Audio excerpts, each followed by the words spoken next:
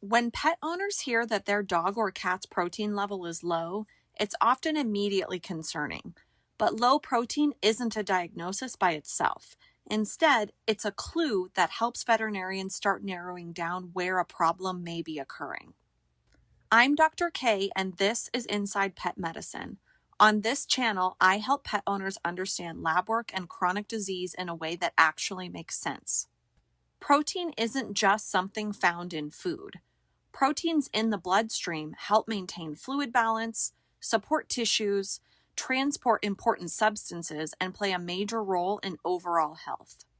When veterinarians evaluate low protein, we're usually looking at several values, including albumin, globulins, and total protein. The pattern of those values helps us determine where to investigate next.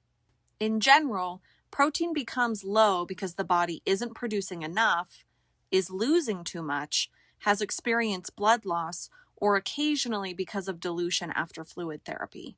In my next few slides, I'm going to go over a couple of reasons for the body to have low protein levels. The liver is responsible for producing albumin, one of the major proteins measured on blood work. When significant liver dysfunction develops, albumin levels may begin to fall.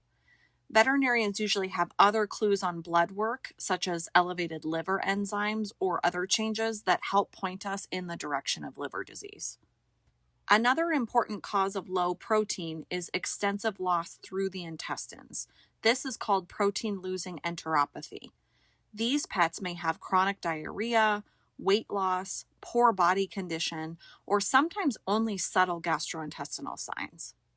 The kidneys normally prevent large amounts of protein from being lost in the urine.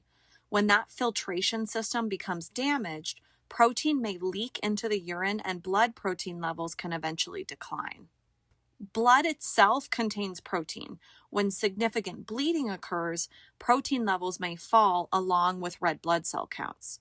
This is one reason veterinarians often interpret protein values alongside other laboratory findings. Low protein is only one piece of the puzzle.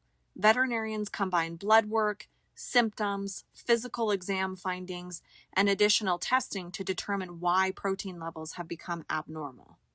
Once low protein is identified, the next step is determining why it's happening.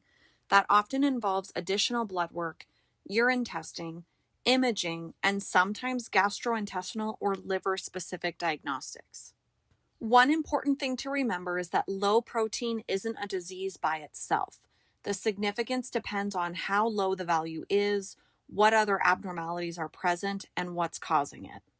The biggest takeaway is this: low protein isn't usually the final answer.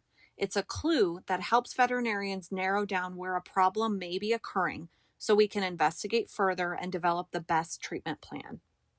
If there's another lab value or chronic disease topic you'd like me to explain, leave it in the comments below. And if these videos help you better understand your pet's health, consider subscribing.